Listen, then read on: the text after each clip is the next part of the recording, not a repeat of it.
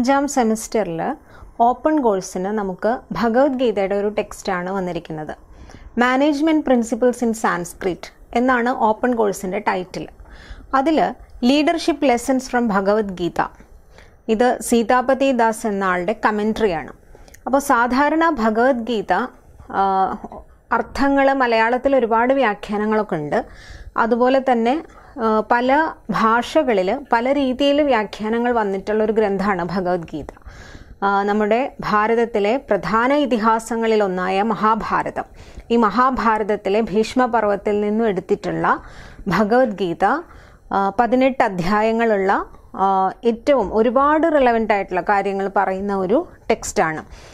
സാധാരണ ഒരുപാട് കമൻട്രീസ് അതിൽ സ്പിരിച്വലായിട്ട്, ആധ്യാത്മികമായിട്ട് അങ്ങനെ പല വിധത്തിലാണ് വ്യാഖ്യാനിച്ച് കാണുന്നത്. നമുക്ക് പഠിക്കാനുള്ള ടെക്സ്റ്റിൻ്റെ പ്രത്യേകത, ഇത് ലീഡർഷിപ്പ് എന്ന ഒരു ക്വാളിറ്റിയെ ഫോക്കസ് ചെയ്തുകൊണ്ടാണ് ഈ ഒരു ടെക്സ്റ്റ് നമുക്ക് വന്നിരിക്കുന്നത്. അതാണ് ലീഡർഷിപ്പ് ലെസൺസ് ഫ്രം ഭഗവത്ഗീത. നമുക്ക് ആദ്യത്തെ അധ്യായം മാത്രമാണ് പഠിക്കാനുള്ളത്. ഈ ഒരു ഓപ്പൺ കോഴ്സിൻ്റെ അധ്യായം, ആ ഒരു പഠിക്കാനുള്ളത് എന്ന് പറയുന്നത് ആദ്യത്തെ അധ്യായമാണ്. ഭഗവത്ഗീതയുടെ ആദ്യത്തെ അധ്യായം അർജുന വിഷാദയോഗം. ഈ ഒരു അർജുന വിഷാദയോഗത്തിൽ യുദ്ധത്തിൻ്റെ പശ്ചാത്തലത്തിൽ എങ്ങനെയാണ് ഞാൻ ബന്ധുക്കളോട് എങ്ങനെ ഞാൻ യുദ്ധം ചെയ്യും എന്ന് അർജുനൻ സങ്കടപ്പെട്ട് കൃഷ്ണനോട് യുദ്ധം ചെയ്യാൻ എനിക്ക് പറ്റുന്നില്ല എന്ന് പറഞ്ഞ് വിഷമിക്കുന്ന ഭാഗമാണ്. ഇവിടെ ഈ ഒരു കാര്യം നമുക്ക് പലതരത്തിലും വ്യാഖ്യാനിച്ച് കാണാം. അർജുനൻ അതിൽ കർമ്മം ചെയ്യുന്നതിൽ നിന്ന് വിമുഖത കാണിക്കുന്ന ഒരു യോദ്ധാവായിട്ട്, അപ്പോൾ കൃഷ്ണൻ അതിനുള്ള മറുപടി, അത് കൃഷ്ണൻ ഓരോ ഉപദേശങ്ങൾ, അത് ജ്ഞാനമാണോ കർമ്മമാണോ ഇതെല്ലാം അതിനെക്കുറിച്ചെല്ലാം പറയുന്നു. ഒരുപാട് കാര്യങ്ങൾ, ഒരുപാട് താത്വികമായ ചിന്തകൾ അവിടെ പങ്കുവയ്ക്കുന്നുണ്ട്. ഈ ഒരു അധ്യായം നമ്മൾ ലീഡർഷിപ്പ് എന്ന കൺസെപ്റ്റിൽ പഠിക്കുമ്പോൾ അർജുനൻ എന്നുള്ള ലീഡർ, എങ്ങനെയാണ് അർജുനൻ ഒരു നല്ല ലീഡർ ആകുന്നത്, ഇവിടെ അദ്ദേഹത്തിൻ്റെ ലീഡർഷിപ്പ് ക്വാളിറ്റി എന്താണ്, അതുപോലെ യുദ്ധത്തിന് തയ്യാറെടുക്കുന്ന എല്ലാ നേതൃനിരകളിൽ നിൽക്കുന്ന ആളുകളെയും നമുക്കിവിടെ കാണാം. ദുര്യോധനൻ, ഭീഷ്മർ എല്ലാവരും ഉണ്ട്. അപ്പോൾ അവിടെ ദുര്യോധനൻ്റെ ഒരു ക്യാരക്ടർ എന്താണ്, അദ്ദേഹം എങ്ങനെയാണ് ഒരു ലീഡർ ആകുന്നത്, ഒരു ലീഡർഷിപ്പ് എന്നുള്ളതിൻ്റെ പല ക്വാളിറ്റീസ് എന്താണ്, എങ്ങനെയാണ് നല്ല ഇഫക്റ്റീവായൊരു ലീഡർ ആകുന്നത്, അതുപോലെ എങ്ങനെയാണ് ഒരു മറ്റുള്ളവരോട് സിമ്പത്തിക്കായിട്ടൊരു ലീഡർ എങ്ങനെയാകാം എന്നൊക്കെയാണ് നമ്മളിവിടെ ചർച്ച ചെയ്യുന്നത്. അതുപോലെ തന്നെ ലീഡർഷിപ്പ് എന്നുള്ളത് എന്താണ്, ഒരു വെസ്റ്റേൺ തിയറീസിൽ നിന്നുകൊണ്ട് ലീഡർഷിപ്പിനെ എങ്ങനെ കാണുന്നു, ഇവിടെ ഭാരതീയ തത്വചിന്തകളിൽ നിന്നുകൊണ്ട് ലീഡർഷിപ്പിനെ എങ്ങനെ, ഈ ഒരു വെസ്റ്റേൺ തിയറീസിൽ നിൽക്കുന്ന ലീഡർഷിപ്പിനെ നമ്മുടെ ഭാരതീയ സംസ്കാരത്തിൽ ഏറ്റവും പ്രധാനപ്പെട്ടതെന്ന് കരുതുന്ന ഈ ഒരു ഭഗവത്ഗീതയുടെ ഒരു കോണ്ടെക്സ്റ്റ് വെച്ച് എങ്ങനെയാണ് ആ ലീഡർഷിപ്പിലേക്ക് ഇവരെ കൂട്ടിച്ചേർക്കുന്നത്, ഇതൊക്കെയാണ് ഇവിടെ നമ്മൾ പഠിക്കുന്നത്. തികച്ചും വ്യത്യസ്തമായ ഒരു പഠനമാണിത്. ഇതിൽ പ്രധാനമായും 4 തരം ലീഡർഷിപ്പ് റോൾസിനെ കുറിച്ച് പറയുന്നുണ്ട്. അതുപോലെ തന്നെ അതിനെ കൂടാതെ 2 പ്രധാന റോൾസ്, അതായത് ഒരു authentic leadership and effective leadership, ഇത്രയും കാര്യങ്ങളാണ് ഏറ്റവും പ്രധാനമായിട്ട് ചർച്ച ചെയ്യുന്നത്. ഈ ഒരു ലീഡർഷിപ്പിൻ്റെ ഉള്ളിൽ അർജുനൻ, പിന്നെ അതുപോലെ തന്നെ ദുര്യോധനൻ, അതുപോലെ ദ്രോണർ, ഇവരുടെയൊക്കെ ലീഡർഷിപ്പ് എങ്ങനെയുള്ള ലീഡർഷിപ്പാണ് എന്നുള്ളത് പ്രധാനമായിട്ടും വീണ്ടും ചർച്ച ചെയ്യും. ഈ അർജുനൻ്റെയും ദുര്യോധനൻ്റെയും ലീഡർഷിപ്പിൻ്റെ ഗുണങ്ങളും ദോഷങ്ങളും അവരുടെ താരതമ്യ പഠനവും നമ്മളവിടെ പറയുന്നുണ്ട്. പിന്നെ അർജുനൻ എങ്ങനെയാണ് ഒരു ലീഡർ, ഒരു സിമ്പത്തിക് ലീഡർ, അതായത് എങ്ങനെ ഈ യുദ്ധം ചെയ്യാൻ വിമുഖത കാണിക്കുന്ന ലീഡർ ആകുമ്പോൾ എന്തുകൊണ്ടാണ് അർജുനൻ അങ്ങനെ ഒരു ഡിലെമ്മ, ആ ഒരു വിഷമം വന്നത് എന്നൊക്കെ ഇതിൽ ചർച്ച ചെയ്യുന്നുണ്ട്. അദ്ദേഹം ചിന്തിക്കുന്ന ആ ഒരു സോഷ്യൽ ആയിട്ടുള്ള, സാമൂഹികമായിട്ടുള്ള ഒരു ബുദ്ധിമുട്ട് എന്താണ്, യുദ്ധത്തിൻ്റെ അനന്തരഫലങ്ങൾ, ഒരു സമൂഹത്തിന് വരുത്തി വയ്ക്കുന്ന വിനകൾ, അതിനെക്കുറിച്ച് അർജുനൻ വളരെയധികം സങ്കടപ്പെട്ട് കാണുന്നുണ്ട്. അപ്പോൾ ആ ഒരു ചിന്തകൾ എന്തൊക്കെയാണ്, ഇത്രയൊക്കെയാണ് ഈ ഒരു ഭാഗത്ത് നമ്മൾ ചർച്ച ചെയ്യുന്നത്. എന്തായാലും നമുക്ക് ടെക്സ്റ്റിലേക്ക് പോകാം. Leadership Lessons from Bhagavad Gita, a commentary on Chapter 1 Bhagavad Gita by Sitapati Das. ഇതിൽ ആമുഖമായിട്ട് അദ്ദേഹം പറയുന്നു, The question may be asked, why another commentary on Bhagavad Gita? Hasn't more than enough been said already in the more than 700 commentaries available, and especially in Bhagavad Gita as it is? The answer to this query is that enough can never be said about Bhagavad Gita. As Sanjaya relates to Dhritarashtra toward the closing of the book, O king, as I recall this wondrous and holy dialogue between Krishna and Arjuna, I take pleasure being thrilled at every moment. We can continue to discuss and inquire about Bhagavad Gita unlimitedly and never find the end of its ability to produce the most profound realizations about life, the universe, and the purpose and the person behind them. It is also a fact that Bhagavad Gita speaks on many levels about many different things. ഇതൊരു വളരെ important ആയിട്ടുള്ള പോയിൻ്റാണ്. ഭഗവത്ഗീത ഒരു കാര്യത്തെ പറ്റിയല്ല പറയുന്നത്, ഒരുപാട് കാര്യങ്ങളെക്കുറിച്ച് ഒരുപാട് തലങ്ങളിൽ നിന്ന് ചിന്തിക്കുന്ന ഒരു ഗ്രന്ഥമാണ് ഭഗവത്ഗീത. അതുകൊണ്ട് തന്നെ this is the nature of scripture. ഇതാണ് നേച്ചർ. എന്താണ്? ഇറ്റ് ഈസ് പൂർണ്ണം ഓർ കംപ്ലീറ്റ്. എപ്പോഴും വരുന്നൊരു ക്വസ്റ്റ്യൻ ആണ്, what is the nature of scripture? It is Purnam or complete. Viewed from different angles, it reveals itself in different ways. As Krishna tells Arjuna, I shall now declare unto you in full this knowledge, both phenomenal and numinous. This being known, nothing further shall remain for you to know. How the Bhagavad Gita is able to address all conceivable issues in only 700 verses is part of its mystical potency. The opportunity exists for all time for devotees of Krishna and the Bhagavad Gita to perform the service of highlighting and explaining the Bhagavad Gita's application to a given topic. The focus of this commentary is on leadership, and thus it is called Leadership Lessons from Bhagavad Gita. Bhagavad Gita ഏത് ഭാഗത്തും എന്തിനെക്കുറിച്ചാണോ നമ്മൾ ചർച്ച ചെയ്യുന്നത് അതിനെ focus ചെയ്തുകൊണ്ട് ഓരോ വ്യാഖ്യാനങ്ങൾ നിലവിലുണ്ട്. ഈ കമന്ററി, ഈ വ്യാഖ്യാനം തീർച്ചയായും ലീഡർഷിപ്പിൽ ഊന്നി നിൽക്കുന്നതാണ്.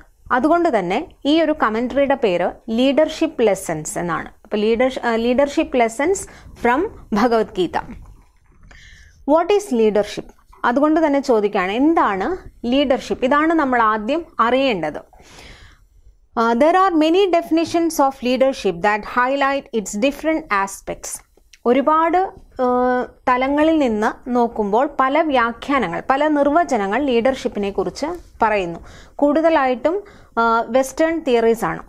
അപ്പോൾ ഫസ്റ്റ് പറയുന്നത് John Maxwell, author of the 21 irrefutable laws of leadership, defines leadership as influence, nothing more, nothing less. John Maxwell പറയുന്നത് influence, nothing more, nothing less.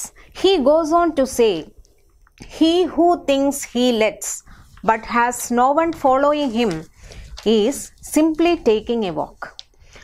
വെറുതെ അനുയായികളില്ലെങ്കിൽ അതൊരു നടത്തം മാത്രമായിരിക്കും. അത് അദ്ദേഹത്തിന് ഫോളോവേഴ്സ് ഇല്ലെങ്കിൽ അദ്ദേഹം ഒരിക്കലും ഒരാൾ ലീഡർ ആവില്ല. This is a functional definition of leadership, one that basically says that a leader is someone who has followers. Leadership has been described by leadership educator Todd Duncan as a total commitment to purpose accompanied by the determination to carry it out. This is a characteristic definition that describes the personal qualities of a leader. My personal definition of leadership is twofold. അതായത് സീതാപതി ദാസ് അദ്ദേഹത്തിൻ്റെ നിർവചനം രണ്ട് തരത്തിലാണ്, അതായത് ടൂഫോൾഡ് ആയിട്ടാണ് പറയുന്നത്. ഒന്ന്, the supply of vision and direction in a situation of confusion and uncertainty. His personal definition of leadership is twofold. First of all, it is the supply of vision and direction in a situation of confusion and uncertainty. This is a definition that highlights the identity of the leader as a service provider. Secondly, it is effecting change to make an organization from one state to another better state. This is a definition that helps to cast light on the nature of the service that the leader provides.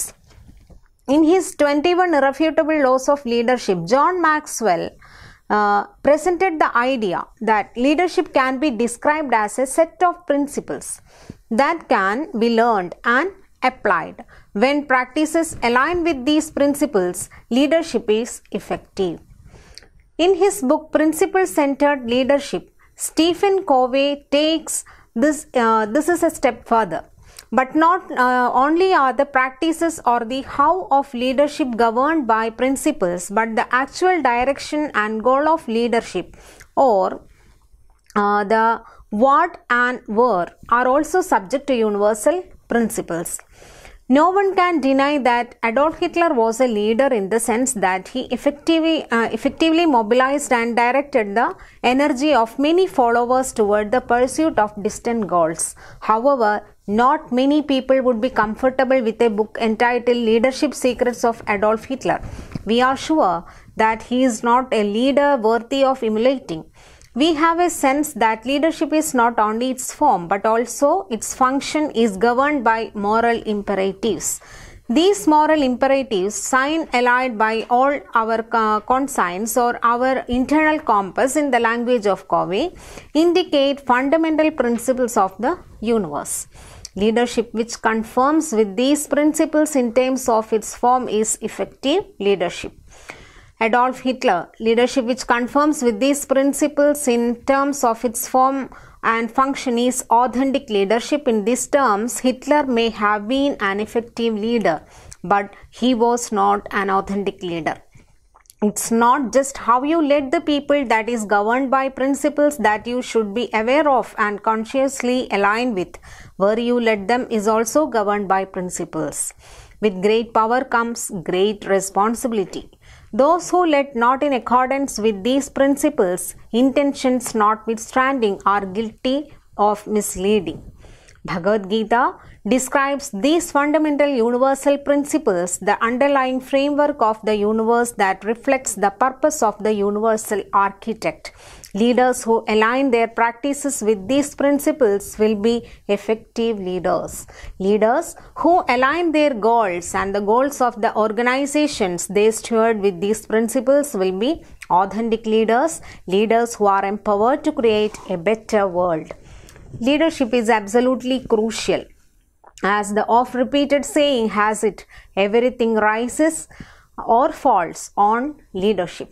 That's a very important point. Everything rises or falls on leadership. Failures or lack of leadership can be found near the root of all problems. At this present moment in time, with so many social and environmental indices tottering toward the red line, the world is crying out not just for effective leadership, but for authentic leadership. Bhagavad Gita contains the timeless principles that will empower leaders to be effective and authentic leaders. The greatest need at this point in time is for those people who have been called to lead to step forward and take up the service of leadership. ഈ ഒരു ഭാഗത്ത് പറയുന്നത് വ്യത്യസ്ത ആൾക്കാരുടെ വ്യത്യസ്ത തലത്തിൽ നിന്നുകൊണ്ടുള്ള നേതൃത്വത്തെക്കുറിച്ചുള്ള കാഴ്ചപ്പാടാണ്. അതിൽ ജോൺ മാക്സ്വെൽ ആണ് തുടങ്ങുന്നത്. ജോൺ മാക്സ്വെൽ അദ്ദേഹത്തിൻ്റെ 21 Irrefutable Laws of Leadership എന്ന ഗ്രന്ഥത്തിൽ നേതൃത്വത്തെ പറയുന്നത് ഒരു കുറവും വരാത്ത എന്നാൽ ഒട്ടും കൂടുതലുമല്ലാത്ത സ്വാധീനമാണ് നേതൃത്വം എന്നാണ് പറയുന്നത്. ഇതാണ് അദ്ദേഹത്തിൻ്റെ influence, nothing more nothing less. ഇതാണ് ഏറ്റവും മാക്സ്വെൽ പ്രധാനമായിട്ടും പറയുന്ന ഒരു നിർവചനം എന്ന് പറയുന്നത്. അതുപോലെ തന്നെ ഒരുപാട് തത്വങ്ങളെക്കുറിച്ചും ആ തത്വം എങ്ങനെയാണ് പ്രവൃത്തിയിൽ വരുത്തുന്നതെന്നുമൊക്കെ പരിശീലിക്കേണ്ടതെന്നുമൊക്കെ അദ്ദേഹം വിവരിക്കുന്നുണ്ട്. അദ്ദേഹത്തിൻ്റെ അഭിപ്രായത്തിൽ പിന്നെ അദ്ദേഹം പറയുന്നത് ഈ തത്വങ്ങളും അതുപോലെ തന്നെ പരിശീലനങ്ങളും അതൊരുമിച്ച് പോകുമ്പോഴാണ് ഒരു അതിൻ്റെ ഒരു റിസൾട്ട് കറക്റ്റായിട്ട് വരുന്നത് എന്ന് അദ്ദേഹം പറയുന്നുണ്ട്. അദ്ദേഹം പറയുന്നു എങ്ങനെയാണ് അലൈൻമെൻറ്റ് വേണം. ഇതിൻ്റെ ഒരു പ്രധാനമായ തത്വങ്ങളെക്കുറിച്ചുള്ള ബോധവും ആ തത്വം ഒരുമിച്ച് പരിശീലിക്കുമ്പോഴാണ് നേതൃത്വം ഏറ്റവും ഫലപ്രദമായി വരുന്നത് എന്ന് അദ്ദേഹം പറയുന്നു. പിന്നെ പറയും ആർക്കാണോ അനുയായികൾ ഉള്ളത് അവരാണ് നേതൃഗുണമുള്ളതെന്ന് വേറൊരു നിർവചനമുണ്ട്. മറ്റുള്ളവർക്ക് അനുകരിക്കാൻ തക്ക വിധം ഒരു കഴിവ് നമുക്കുണ്ടാകുമ്പോഴാണ് നമുക്ക് അനുയായികൾ ഉണ്ടാവുന്നത്. അപ്പോൾ അനുകരണം നമുക്ക് ഒരു മാതൃകയാവാൻ സാധിച്ചാൽ അപ്പോൾ നമുക്ക് അനുയായികൾ പുറകെ ഉണ്ടാവും. അപ്പോൾ ആ ഒരു മാതൃക നമ്മളിൽ ഉണ്ടെങ്കിൽ അനുയായികൾ നമുക്കൊപ്പം ഉണ്ടാവും. ഈ അനുയായികൾ ഉണ്ടെങ്കിൽ നമ്മളൊരു നേതാവാകുന്നു. അങ്ങനെ അവർക്ക് നേതൃപാടവം ഉണ്ടാകുന്നു. ആരും പിന്നാലെ ഇല്ലാതെ ഒറ്റയ്ക്ക് നടക്കുകയാണെങ്കിൽ അതൊരു നടത്തം മാത്രമായിരിക്കും. ഒരിക്കലും എന്താ പറയുക, ഒരു നേതാവ് എന്നുള്ള നിലയിൽ മുൻനിരയിൽ നടക്കുന്ന ഒരാളായിട്ട് നമ്മൾ മാറുകയില്ല. ഇനി വേറൊരു ഡെഫിനിഷൻ നേതൃത്വത്തെക്കുറിച്ച് ലീഡർഷിപ്പ് എഡ്യൂക്കേറ്റർ ടോഡ് ഡൺകാൻ പറയുന്നത് ഇങ്ങനെയാണ്. അതായത് ഒരു പ്രത്യേക ഉദ്ദേശത്തിന് വേണ്ടിയോ അല്ലെങ്കിൽ ആ പ്രയോജനം അത് ലഭിക്കുന്നതിന് വേണ്ടി ലക്ഷ്യം നിറവേറ്റുന്നത് വരെ, അതെന്താണോ നമ്മളുടെ ലക്ഷ്യം എന്താണോ അത് നിറവേറ്റുന്നത് വരെ നമ്മൾ ആ ദൃഢനിശ്ചയത്തോടു കൂടി നമ്മൾ ഇതിൽ നിന്നും പിന്മാറില്ല എന്നുള്ള ഉറച്ച നിശ്ചയത്തോടു കൂടി പ്രതിജ്ഞ, വളരെയധികം കമ്മിറ്റ്മെൻറ്റോട് കൂടിയിട്ടുള്ള വർക്ക്, പ്രതിജ്ഞാബദ്ധതയോടുകൂടി നമ്മൾ ആ പ്രവൃത്തി ചെയ്യുകയാണെങ്കിൽ അതിൽ നിന്നും റിസൾട്ട് എന്തായാലും നമുക്ക് കിട്ടും. ആ ഒരു വർക്ക് അങ്ങനെ ചെയ്യുമ്പോൾ ആ ഒരു നേതൃത്വത്തെ അതിനെയും നമ്മൾ ആ ഒരു നല്ല ലീഡർഷിപ്പ് ക്വാളിറ്റി ആയിട്ട് പറയും.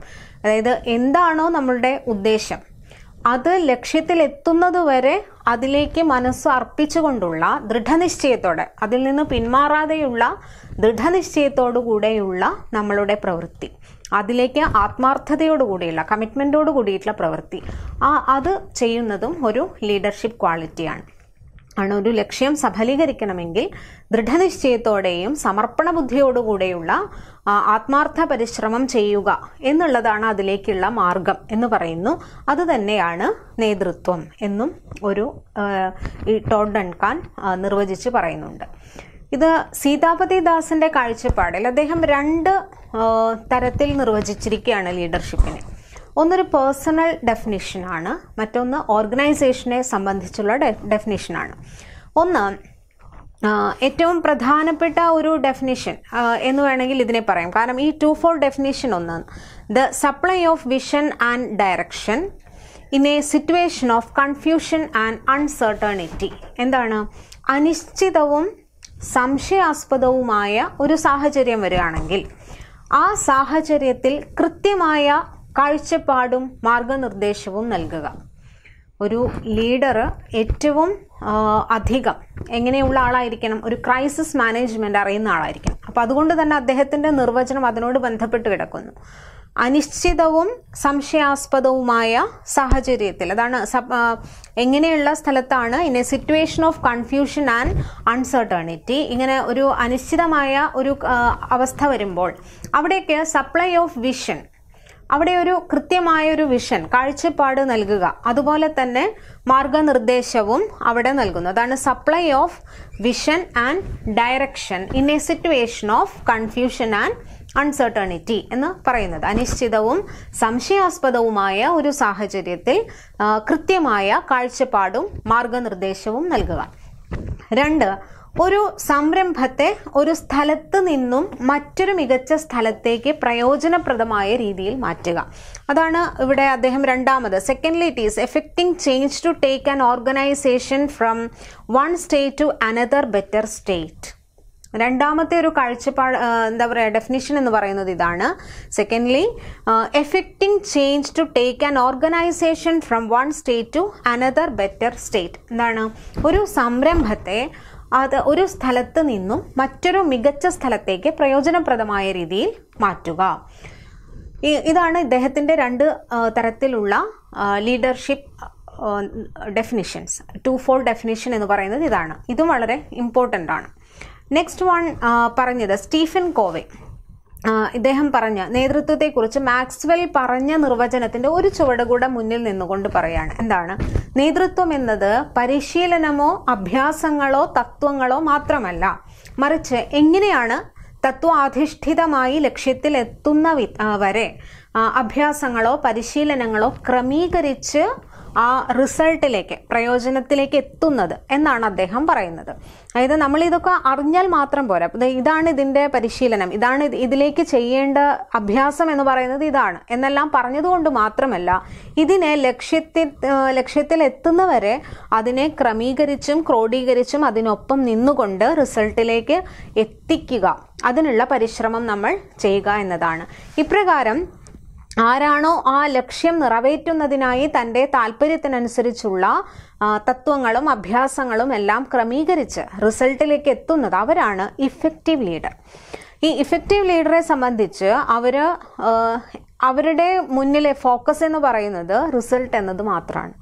എന്താണോ നമ്മളുടെ ഉദ്ദേശം, അതൊരു ഓർഗനൈസേഷൻ ആവട്ടെ, അതല്ലെങ്കിൽ ഒരു എന്താ പറയുക, ഈവൻ ഒരു രാജ്യത്തെ മാത്രം എടുത്തുകൊണ്ടും അതിൻ്റെ അതിൻ്റെ മുകളിലിരിക്കുന്ന അവസ്ഥയിൽ എന്തൊക്കെ അവിടെ ചെയ്യാൻ പറ്റുമോ എന്നുള്ളത്, അവിടെ എനിക്ക് ഒരു മാറ്റം വരുത്തണമെങ്കിൽ അവിടെ എന്തെല്ലാം സംഭവിച്ചാലും ഒരു മാറ്റം വരുത്താം. അവിടെ വേറെ ഒന്നിനും ചിന്തയില്ല. ഈ ഒരു കാര്യം അവിടെ നടത്തണമെങ്കിൽ അതിനെന്തെല്ലാം ബുദ്ധിമുട്ടുകളുണ്ടെങ്കിലും അതെല്ലാം എന്താ പറയുക തരണം ചെയ്യുന്ന വിധത്തിൽ പ്രവർത്തിക്കുക.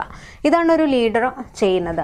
അവിടെ തൻ്റെ താല്പര്യം, താൻ ആഗ്രഹിക്കുന്ന വിധത്തിലുള്ള ചേഞ്ച് അവിടെ വരുത്താനായിട്ട് കമ്മിറ്റ്മെൻറ്റോടുകൂടി വർക്ക് ചെയ്യുക. അങ്ങനെ വരുമ്പോൾ എന്നിട്ട് അത് നേടിയെടുക്കുമ്പോഴാണ് ശരിക്കും ഇഫക്റ്റീവ് ലീഡർ ആകുന്നത്.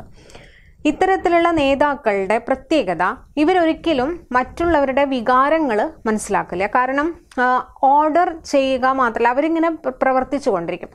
തീർച്ചയായും ഒരു നേതാവിന് അനുയായികൾ കൂടിയേ തീരൂ, അനുയായികൾ ഉണ്ടായിരിക്കും. പക്ഷേ ഈ കൂടെ നിൽക്കുന്ന അനുയായികളുടെ ബുദ്ധിമുട്ടുകളോ അവരുടെ വികാരങ്ങളോ ആരും മനസ്സിലാക്കുന്നില്ല. അതിനൊരു പരിഗണന കൊടുക്കുന്നത് കുറവായിരിക്കും.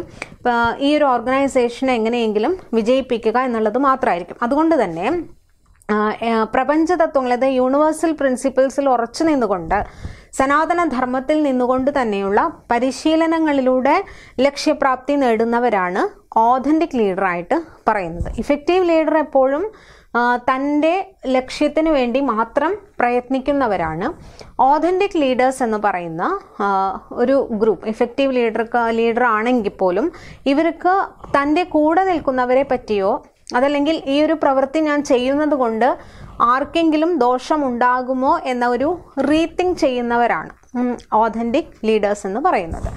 ഈ നേതാക്കളുടെ പ്രത്യേകത, ഓഥന്റിക് ലീഡേഴ്സിനെ സംബന്ധിച്ച് അവർ ക്രിയാത്മകവും ശക്തിമത്തുമായ ഒരു ബെറ്റർ വേൾഡ് ക്രിയേറ്റ് ചെയ്യാനായിട്ട് അവർക്ക് സാധിക്കും. അതാണ്, ഒരു ക്രിയേറ്റിവിറ്റി അവർക്ക് എപ്പോഴും ഉണ്ട്. അതുപോലെ തന്നെ സൃഷ്ടിക്കാനായിട്ട്, ഒരു ബെറ്റർ വേൾഡ് ഉണ്ടാക്കാനായിട്ട് അവർക്ക് എപ്പോഴും ഓഥന്റിക് ലീഡേഴ്സിന് സാധിക്കുന്നതായിട്ടും പറയുന്നു.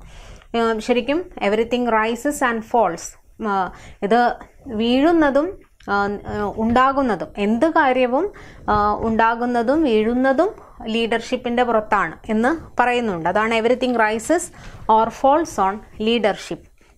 ഈ നേതൃത്വത്തെ ആശ്രയിച്ചാണ് എല്ലാം നിലനിൽക്കുന്നത് എന്നുള്ളത് കൊണ്ട് തന്നെ യഥാർത്ഥ വളർച്ചയ്ക്ക് കാരണക്കാരായ ലീഡേഴ്സ് ആകാൻ നമ്മളെപ്പോഴും ശ്രമിക്കണം എന്നാണ് പറയുന്നത്. അപ്പോൾ ഏറ്റവും പ്രധാനപ്പെട്ട ഒരു കാര്യമാണ്, world is crying out not just for effective leadership.